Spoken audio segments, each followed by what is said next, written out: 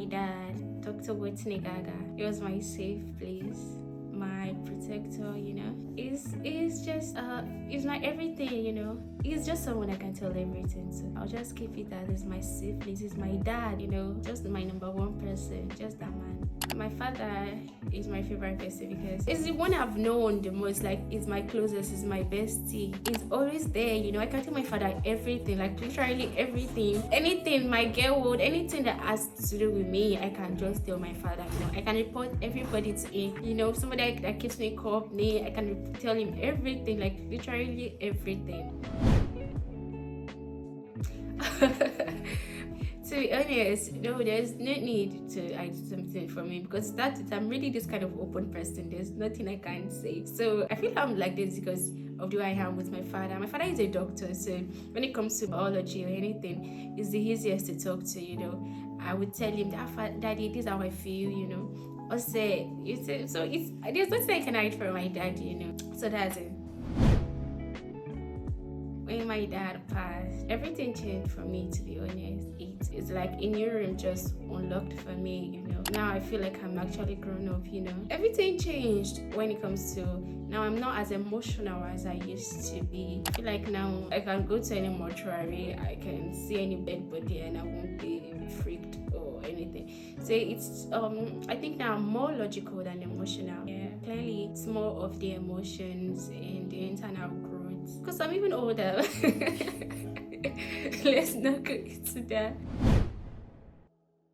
Oh, that obviously, because I think the when my dad passed, one thing I noticed was that I started getting tired, which is very, very unusual. I'm a very, very hyper person. Like, I do not get tired. Not like, don't come and give me work, or I'm very lazy, but I'm not this kind of person who gets tired. I might go do overnight and you still see me up the next day still kicking. Yeah.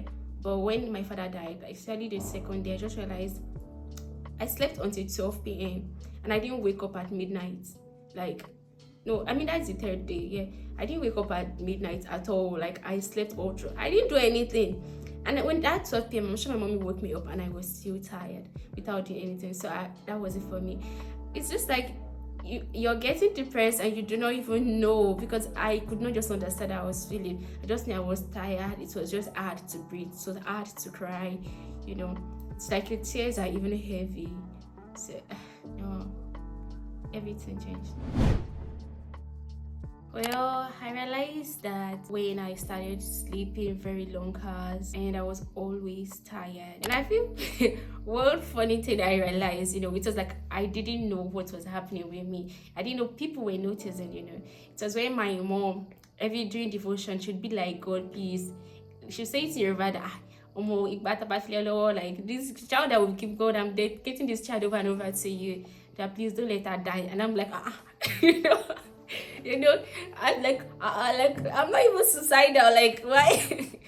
But I started realizing, my friend would come. She says like, oh, let's go and get ice cream, and like, I mean, these people are nice and but then it's like, am I behaving weird? But I think with time I could, like, noticing all these signs from people to help me notice that, okay, Mary, something is not right. And I started to, like, I had to, like, come off it. What actually helped me was the event planning, which I knew nothing about.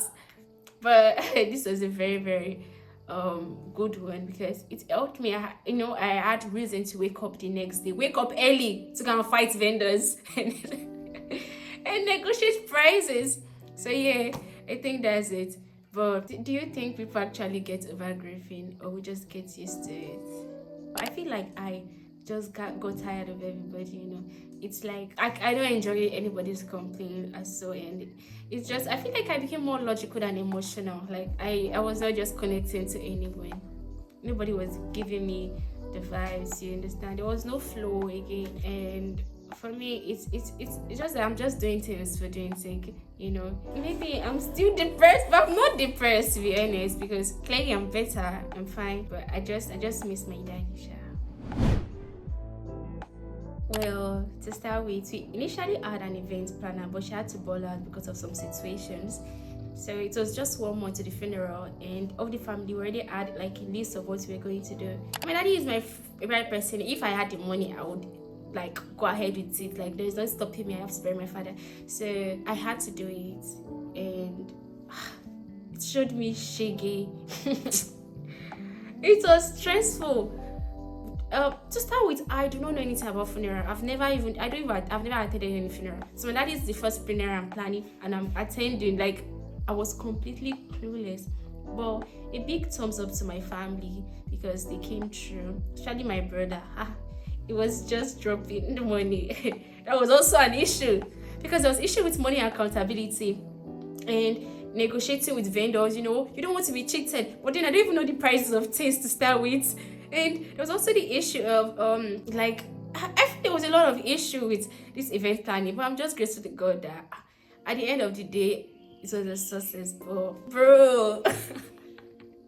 To be honest, it's everything. If I tell you that going to the mortuary each day to tell them that why anytime I go, they're like, is this body's getting darker every time, and they'll be like, and they're lying to me, and they're like, that is it, blood is not flowing, stuff like that. So there was issue with embalming, negotiating with vendors. I don't know the price, like I said earlier, so I don't even know if I'm being cheated, but I have to still negotiate. You know, I have to look for the best prices. And to be honest though, my family is like they are, but see, I'm still the pack with them, so they cannot price better. So there was issue with pricing the grave. Oh my god, the casket was not the size. Like the size of the casket, the grave we initially dug and we're done cementing and plastering everything. It was not the size. The coffin was longer, so it's like we dug 6.8 inches or so. 6 feet and some inches, but the casket was like 6 feet 80. So we had to go and break a side of the grave, dig it further. I'm serious. And don't forget that there is a budget for everything. So it's like I'm spending more. My brother, I'm sure, but God bless him and continue to bless him abundantly, because I really so it's like money. And I'm grateful to God that he was like supplying. I pray God like replenish him in billions and billions of food, because just imagine how it was. And there were issues too, with the caterers would be like, oh, what, 3 million with a cow, and then we give them 3 million, and then they'll be like, oh, you see, you have to pay for dishes and napkins, you're sending another 300k. The funny thing is, I don't forget I already gave my brother a budget, so it's like I have to go back. It was on my neck. And then there is a house feeding too that I have to take from, and somebody wants to do something, oh, this one wants a shoe, and it's like, it was difficult. And don't forget, I was clueless about this. But right now, you can call me a satisfied event planner, because everybody who attended will tell you it was a bang. It took a lot of organization, but one thing that actually helped was the fact that I came clean, Don't forget the fact that I had to pay the vendors before the time. It was good, but I will tell you, I would advise this if you know and trust your vendors, because at the end of the day, I think most of the vendors were people I knew, you understand? So it was people that gave me the best prices, that came through, that did their work. So I paid all of them before the event, and they all came and did it smoothly. So thank God. And thumbs up to all the people, the vendors. I wish I could list all your names, but you guys, don't forget that I had to do this planning within a month, and I'm clueless. I don't even know how it is done. So the grave, it was just a week to the funeral. We already had the grave settled. So my cousin was just like, let's go and check the caskets, because don't forget, my father is huge and big, by elephants. So he got a new tape, and we went to measure it, and I realized it was bigger. And then there was the money issue. How do I even tell my brother, somebody that I've been disturbing from? You understand? The funny, I was not disturbing because he was sending money to the account, but don't forget the money to add budget. So I had to find a way. I paid for it. It was after the incident I was not narrating to you. It was stressful. So if you're planning a funeral, this may be probably an hint. Make sure you have your caskets, the size. It's better you actually dig a 8 feet grave. So I don't know, but in our family we are very big. So 6 feet is just sunk. It's a lie. They are always more than. So you will start saying 6 feet underground. Maybe you start saying 8 feet. It actually there was a fight though, But I feel like my brother, he just loves my daddy so much that he doesn't have any choice, because he just kept sending money, and I had to find a way around it, because I had, see, the thing is, it would be like, Mary, pay for the big bills, and okay, then after some minutes, just like, okay, lock this one down before time goes, and me, it's not me to pay the big bills. Okay, the pumpy also came to did.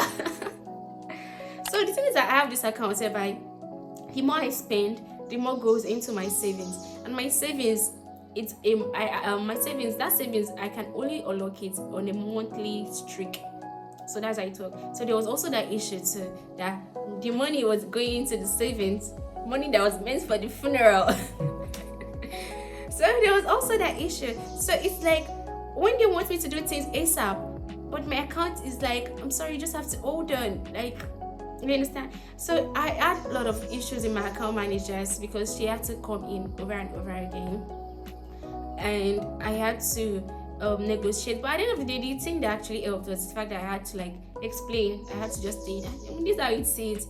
You can't push me because I'm trying to. So here it is. I remember when it was like, pay the big bills, and I was just there like, I can just wait for my savings to end tomorrow and collect the interest instead of breaking it. And there was just kind of issues too. But I told you, I mean, God used us. God used my brother because he was very patient. But I know there was a time he almost lost it, because it was like, you know, sometimes it would just call. It would just call like, what have you to pay this bill and stuff like that. And it's like, I went to pay for the little words, like. So I think it was very hard on him, but I mean, it's an adult, so. Big thumbs up, Banga Kitchen. You did your thing. You did amazing. I mean, paid for everything. There was no, he does not even ask me to send receipts. Only in cases whereby probably was the one who was talking to the vendors, and it's me who paid, because I was the one who paid. So probably it's just like, okay, send this to the caterer. Then it's like, then I have to, I just send him the receipts at times, to be honest. He doesn't really have issues with it. But then the thing is that I also like created a list of everything we're doing, and that was it. But it was more of trust, so he trusted me, and it was me to knowing that it's my father. I can't fuck up, And even when I was negotiating with vendors too, so you just have to present yourself as tips. Like, I remember when I wanted to get some things now, and they're telling me 500. I'm like, well, me, I'm the event planner. What will I take if you take all the money? And then they'll be like, okay, I'm going to write this amount in the receipts, and I'm going to give you this thing. But then they don't know there's nobody I'm presenting the receipt, so the money is all in my account. So all those worked too. But it's not easy. But I would like to do it again. But you pay me if you want me to plan your events. But trust me, it's going to come out. The more money, the more style. To be honest, it helped with the grief. I had more reason to wake up each day.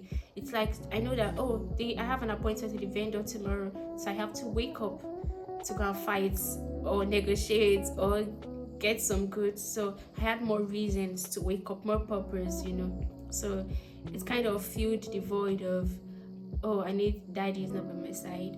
And to be honest, for emotions, I just had to kill it that period. So because there was no point of going to vendors and crying, or there was no time to even think or grieve properly.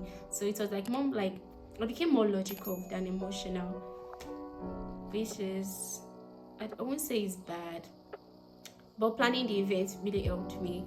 It gave me more reason to stand up each day, and it helped me because right now I feel like I'm more logical than emotional, and it's not in a bad way, It's just that times you just have to grow. So this is growing up for me. Yeah, I'm more logical than emotional, and it's more like my emotions are dead because I think I'm still trying, but I'm still emotional. I mean, I still love my family. They were amazing. It came true. I think one thing I learned was that I've always been good at multitasking, but I feel it was strengthened that period because I saw myself handling a lot of things, It's like I'm not surprised because I'm used to multitasking, you know. But that part, I feel it strengthened my multitasking skills, and it just helped me become more logical, like I said earlier. That's one thing I noticed from then. And I learned that grieving, it's okay to grieve, you know. It's okay to cry, you know. It's okay to say, because I remember going to some vendors and playing. See, my father is dead though, you know, because I could not cry that moment. I was just tired of crying, but you know, if it's okay to express how you feel, I'll just tell them that. So you're giving me this price, my father fear, I'm getting this stress from my father. I don't know why you're giving me unnecessary price. I did not budget all this money, I have to pay for it. You know, at times it's just okay to express yourself, because it's okay to grieve. There's no place to throw that love. I think that's what grief is all about. So it's okay to grieve. Just fight to bounce back. Just bounce back. They lie, it's hard. But try. But try. That's it. I don't know anything about grief, but don't be stuck. Just do it. And one thing that actually helped me is the fact that I always looked for something to do. You understand? You know, there was something to do. So maybe just find a new hobby, especially when that person is all you see. So now you just try to fill in the void with something creative. You know, say she can't find love, but I say I'm the worst person to talk about love, because it's not like the favorite person. The person I'm always dating on is nowhere now. So it's like, I just hope I'm still a good person, but I'm not bad. Do I have to say this? I love you guys.